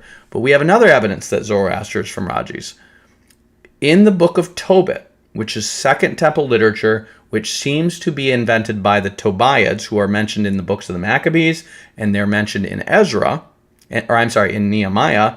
These Tobiads seem to be Jews who went to live in Jordan, and the Jews who came back from Babylon don't like these people. They're basically wealthy Jews who lived in Jordan. They start bribing the priesthood, and this guy Tobias, or where Tobit comes from, he ends up having an apartment built for himself attached to the temple, and that's one of the things Nehemiah puts a stop to. And these Tobiads invent this story of Tobit, which is their ancestor, which is where the Tobiads come from, about how he has a story about the bird poop in his eye. This is the book of Tobit, and he travels from Nineveh, which they say is ruled by Nebuchadnezzar, which is BS, to Ecbatana and to Rajas. Well, why are these cities mentioned? Well, Ecbatana is the capital of Medes. That's easy. Nineveh is the capital of the Assyrian Empire, which is where these Jews would have got dispersed in, and where the Samaritans would have come from. And then the Rajas is the birth location of Zoroaster, so that would have been a famous city. And so it's like saying he went from New York to LA to Dallas in 3 days' journey, because those were the only cities you know of this big, huge land that they're from, right? It's all historically inaccurate, it's all geographically impossible, but it's like saying, somebody went on a journey here and he got bird poop in his eye, and then he walked, and a day later he was in Dallas from LA, and then he walked another day and he was in New York. Because you don't know how big America is, and you don't know how far apart these cities are, but you know these 3 cities in America. That's how the story of Tobit goes. So we know Rajas is a famous city. Why is it a famous city? Because everybody holds that that's where Zoroaster is from. And Zoroaster is the head of the Magi, and Daniel is put over the Magi. Then he moves to Susa. So Daniel probably knew Zoroaster. And then Zoroaster, after Daniel moves to Susa, apparently teaches Pythagoras, who is also taught by the Egyptian mysteries, who goes back to the Greeks and combines the two to come up with Greek philosophy and the whole ideas that are in Plato's Timaeus and all that stuff, combining the ideas of the Magi and the Egyptian priests. And that becomes the monotheism that supposedly came from the Zoroastrians. It's based on Ahura Mazda, and it's based on them taking all the other gods and saying they're all just facets or images of the one god, Ahura Mazda, or sub-creations of him or whatever. But the Greeks are going to go with the facets of them, okay? And that exact idea becomes Brahmanism. And we don't have any reference to that before the Greeks. So it seems like Brahmanism was and the casteism were imported from the Greeks to the Hindus. And then well over 1,000 years later, it's like something like 1,300 years later, they decide to write it down in the Rig Veda. And what the Rig Veda is, if you just get to a copy of the Rig Veda, which I have here, is thousands of songs about basically these main gods. Mostly Agni, Varuna, Indra, a little bit about the Aspen strange, a little bit about Mithra, but it's mostly Agni, Varuna, and Indra. Well, who are Agni, Varuna, and Indra? Again, the night starry sky, who might be related to Enoch or the Holy Spirit. Indra is the storm god, and then Agni seems to be their original sun god. He's called the dispeller of the night, but when Mithra comes in as a sun god, Agni gets turned into being related to the sacrificial pyre on which they cremate bodies and offer sacrifices. But they don't really offer sacrifices because they don't want to sacrifice the bulls, so it's mostly people getting cremated. So Agni seems to be the fire by which these people are cremated. The Zoroastrians put these people on what they call fire temples, and they basically get dissolved by the sun when they die.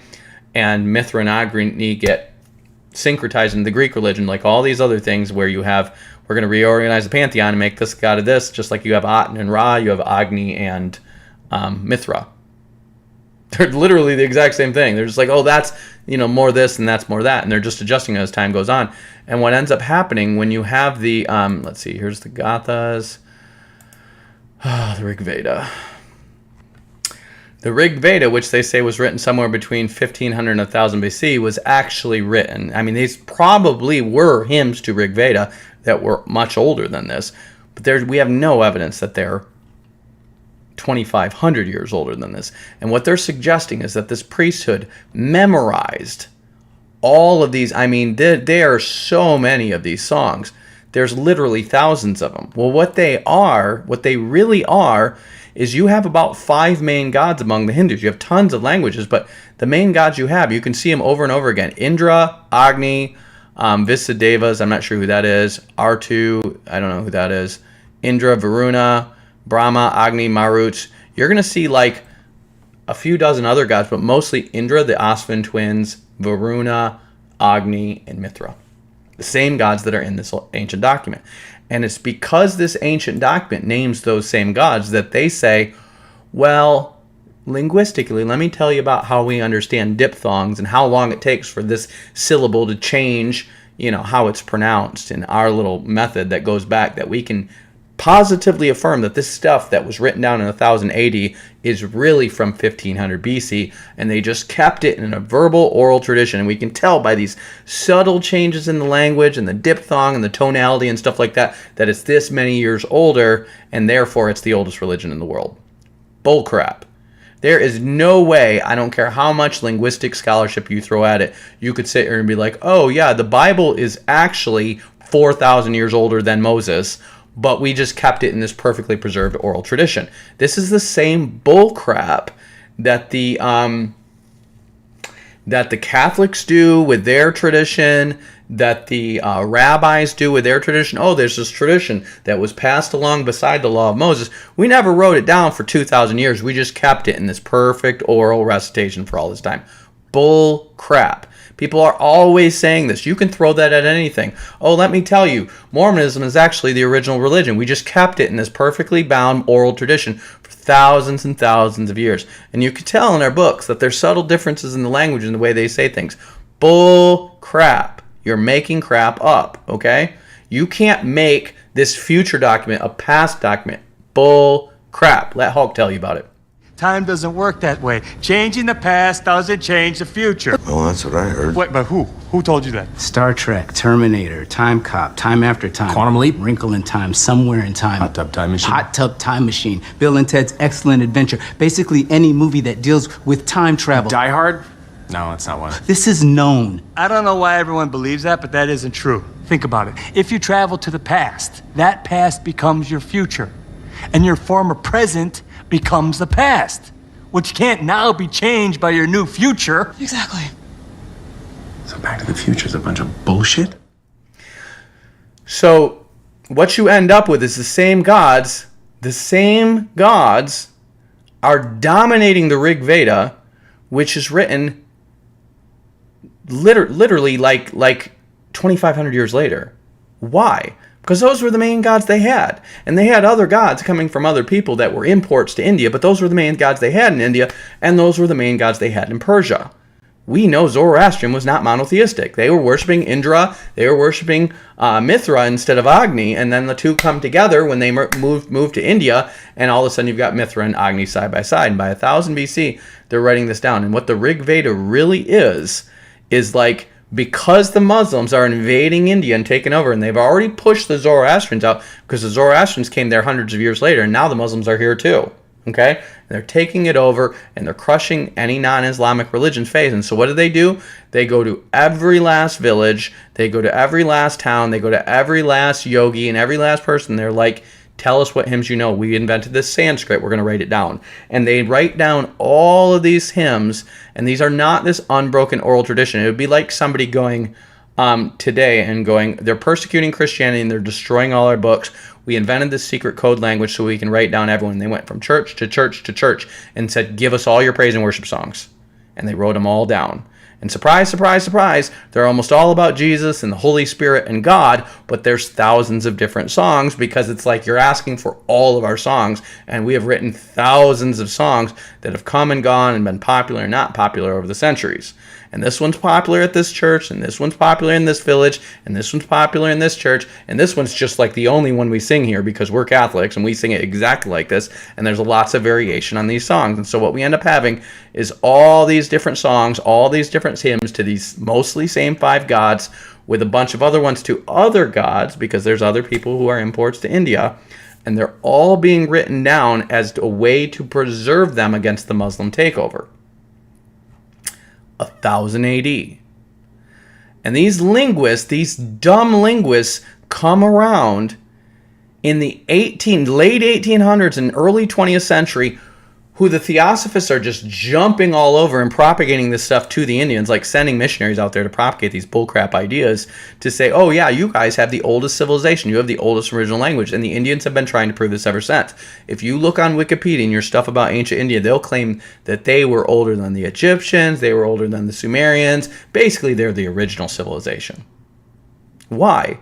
Because the Indians have always been an oppressed people. They have always been a racially denigrated people. They've always been a colonized people. They've always been a people who have been less than, with typically a dominant white culture ruling over, being the ruling class there. And what are they trying to do? They're trying to prove that we are much, much, much, much, much, much older. And yeah, maybe the caste system's really old too. But the point is we are the oldest civilization. They're trying to make themselves more credible on the world stage when they really are not. What we really have in the Rig Veda and these other writings that come afterwards is a bunch of stuff mostly that came out of post-Christian periods, stuff that was based in Greek philosophy, stuff that was based with intermixture with the Jews, with the Muslims, with the Christians, with the Greek philosophers, with the Egyptian mysteries, and these are developing philosophical and theological ideas that happen after the fact that they write down hundreds or even thousands of years later and claim this is what we always believe, we kept it in a perfect oral tradition, but they're not even the ones claiming it. It's white crackers from England and Germany and stuff like that, and theosophists who are making the claim. They never made the claim that their stuff was from 1500 BC until you get there. And then all of a sudden, Zoroaster is this guy who came from eastern Iran, and he was straight out of the Oxus civilization after it fell. So we're going to place him in 1700 BC, and we're going to pretend, right around when we know the Tower of Babel happened, that these two peoples came out of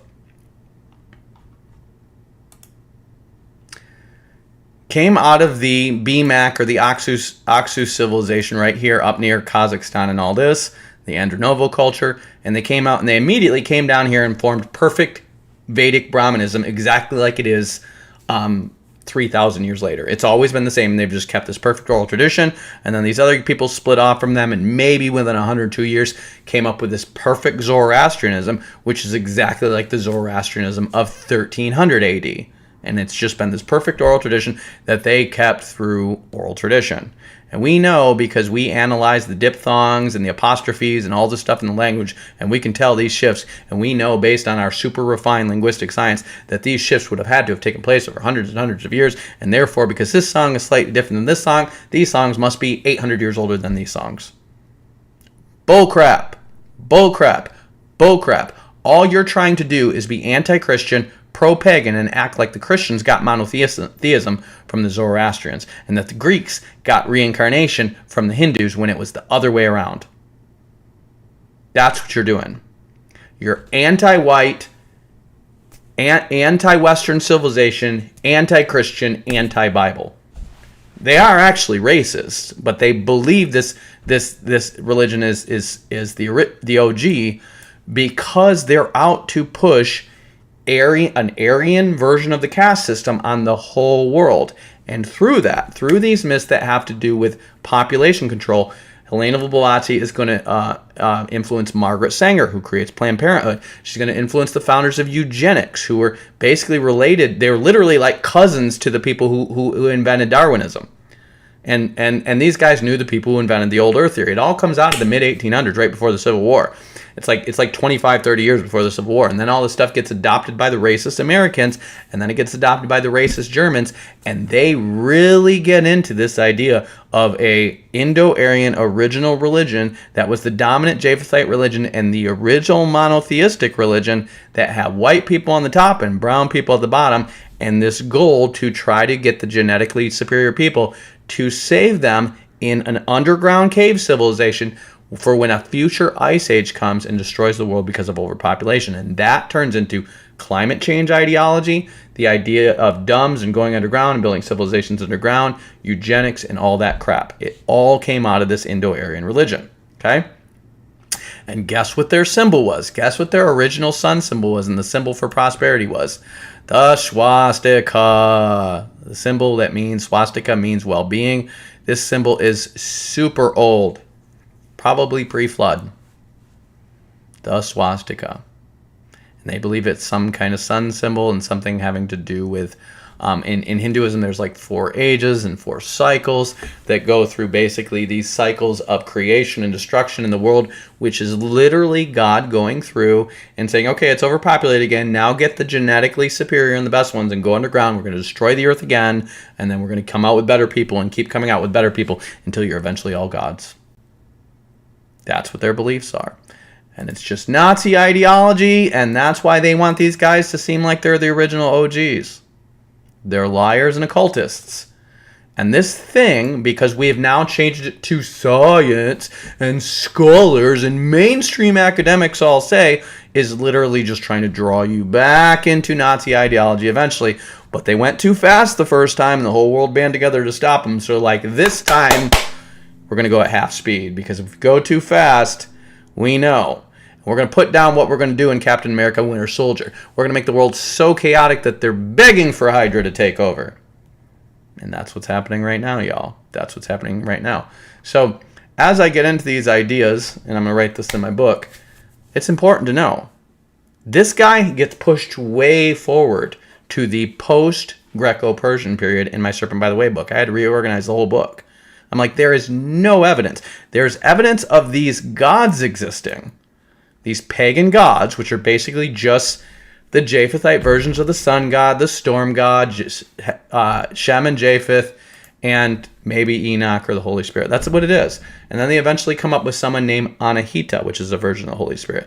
Anahita is a water lily. That's how it's symbolized. And it's because the Holy Spirit lighted upon the waters, and one of the ways you can interpret that is like danced or floated on the waters. So the Holy Spirit is Anahita, and she's like the breath of life and the sustainer of life and immortality and blah, blah, blah. And she is basically, Ahura Mazda is called the Lord of Wisdom. And that's one of the names for the Holy Spirit. And they would have had that from Daniel and from the Old Testament by the time this stuff starts to develop among the Magi. And so you literally have a version, Ahura Mazda literally means the Lord of Wisdom. And they know from this Davidic literature that's been around for like 500 years already that wisdom is the name for the Holy Spirit. And they develop Anahita as a partner to Ahura Mazda after Ahura Mazda is called the Lord of Wisdom, and his spiritual being, who is the main being who's interacting the earth, who has sevenfold spirit, like 6 spirits underneath. This spirit is called Amayu Spentu, which means like bountiful spirit or Holy Spirit. And then there's these other 6, just like in Isaiah 11, like the 7-fold Holy Spirit. Well, I used to think like, oh, these could be Noahic ideas because they predate them. That's not true. We have no evidence that they predate them. I used to think their idea about the earth being destroyed by fire could be because it predates them. We have no evidence of it predating them. They're getting this from the Jews. There's nothing in them that's original. We have no evidence of these ideas being original.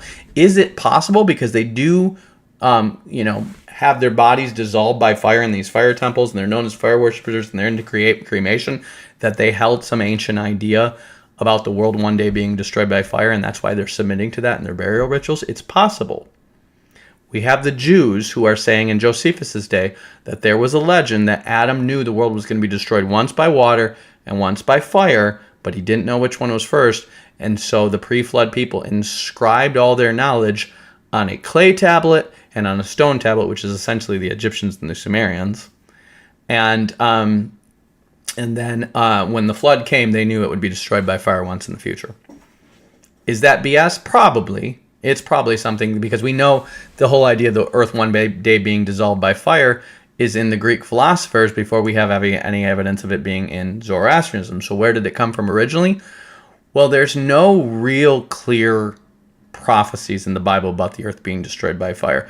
There is prophecies about God using fire to judge the earth, but to being completely destroyed or dissolved, we don't seem to have that until 2 Peter. But there could be interpretations of prophecy where people are understanding this way. There also could be some oral tradition. I mean, it's not shocking to think that the earth was destroyed once by water, and some prophet at some point in time said it will be destroyed by fire once in the future, if that's in 2 Peter in the book of Revelation. It wouldn't be unscriptural to believe that somebody might have said that before. At least some prophet was told that before, okay? And if that prophet could have been Noah, then the Japhethites would have had that from the OG days, okay? But the point is we can go from this time all the way to the time of Persia, and we've never heard of Ahura Mazda. Not in any writing, not in any inscription, never heard of them. We don't hear from them until Darius, the son of Hystaspes, or Vistaspa, takes back the throne of Medo-Persia after overthrowing a Magi. And he seems to go and give homage to Ahura Mazda to appease the Magi and get them in support of his crown. And then he's going to give birth to a son named Xerxes. Okay, and Xerxes is also going to have a son named Vistaspa, who goes out east, and he's ruling over Bactria.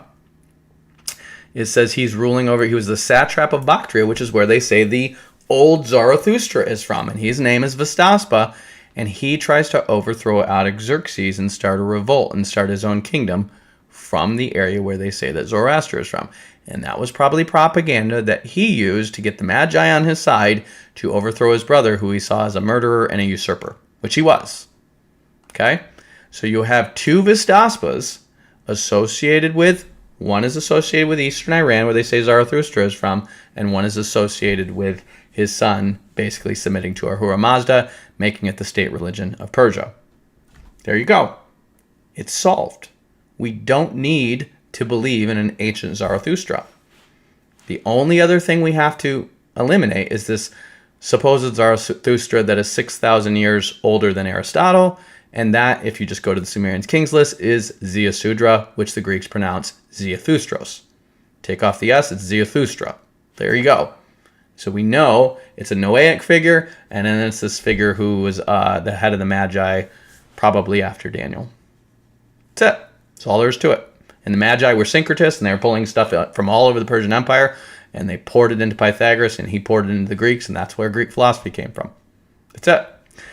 So this is all going in my book, Serpent by the Way. Again, this stuff is probably going to be covering from the 6th century to the 3rd century, and it's basically, I have a chapter called The Century of the Philosopher, because all philosophy comes out of one century, basically when the Persians rule over everything. Because the Persians rule over everything, they have all the religions comparing notes, and that's where all philosophy comes from.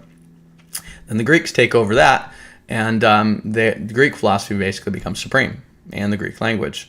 And then after that, the Christians come in. Okay, that's where all philosophy comes from. That's where all science comes from. That's where all pseudoscience comes from. That's where all Gnosticism comes from.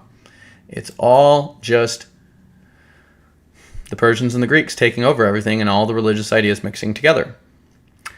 And these liars, like Helena Blavatsky, are trying to make it way more deep and mysterious than it is. It's not. It actually aligns with the Bible perfectly, and aligns with history and archaeology perfectly. We don't need to have mysterious people coming up with manufactured, invented languages that we have no proof of existing anywhere, and then we're using that to date documents that are not found for 2,000 years later and say, oh, that's 2,000 years older, and it's just from an oral tradition. That is absurd. But it's the oldest trick in the book.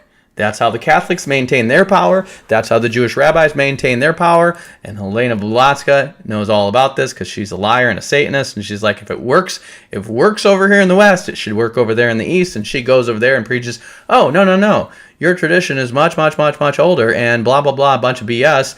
And by the way, it's just held in a perfect oral tradition. Yeah, and these guys are just like, yeah, we don't remember that. But yeah, okay. Yeah, of course. We always thought that. Of course we always thought that. We're the original religion. We're the oldest civilization. Got demons? Yes, they do. So that's it. That's a summary of what I've learned about Zoroastrianism. The point is, it's all BS. You're going to watch my earlier videos where I'm going to refer to it and refer to stuff. But remember, this is ongoing research and theoretical speculation, conjecture, hypothesis, and then revising. This is how we do good science, okay? You go back and look at your ideas, you look at the hard evidence, you look at the textual evidence, and you keep going back to the drawing board until you come up with something that's reasonable. And you know what? When you get to the most reasonable conclusions, you're going to find out they're not that sensational. They don't require too many leaps of faith. There's actually a lot more evidence than you think, and it's actually more commonsensical than you think, okay? And that's what we're going with the Serpent by the Way book. So eventually, we're going to throw all this crap out, and we're going to be like, you know what? Okay, we just summarized all the world's religion. What do we know about them? They're not that old. They're bull crap. They're all borrowing from each other, and the Bible crushes all of them in terms of ancientness, in terms of connections to archaeology, in terms of linguistic validity, in terms of look how many books in the Bible refer to things that are in the older books of the Bible, and how things changed in the language in the Bible, and we very clearly can say, okay, you guys are like subtly changing names over centuries, so we know it's old. But you keep referring to things that happen in the earlier books, so we know those earlier books are the OG. It's so much older. The Bible is the oldest religious text in the world. The only thing we have is the pre-flood stuff that came from Egypt and Sumer, and everything else is maybe some symbols that reflect Adam, or Cain and Abel, or Enoch, or Eve, or Noah, and they all just go back to the same dozen famous people that are right in the Bible, and like, oh, and then everything else after that is just BS, and the Bible's the truth. And we're gonna learn this, and we're gonna be like, okay, represent, come at me, bro. I have knowledge. I'm just kidding. We're gonna trust in God and probably get put to death. Anyways, I hope you guys are blessed by this. Hope you have a great rest of your day. Batman out. Peace. Peace, I'm out. I'm Batman.